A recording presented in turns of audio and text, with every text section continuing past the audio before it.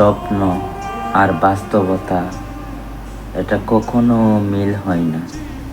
যা কপালে থাকবে তাই হবে।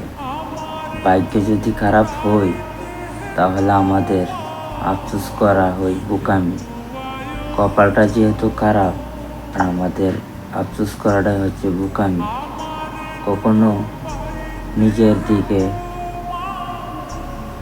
এগিয়ে যেতে হবে, স্বপ্নের দিকে নয়। স্বপ্ন দেখা যাবে ঠিকই, কিন্তু বাস্তবতা হবে না।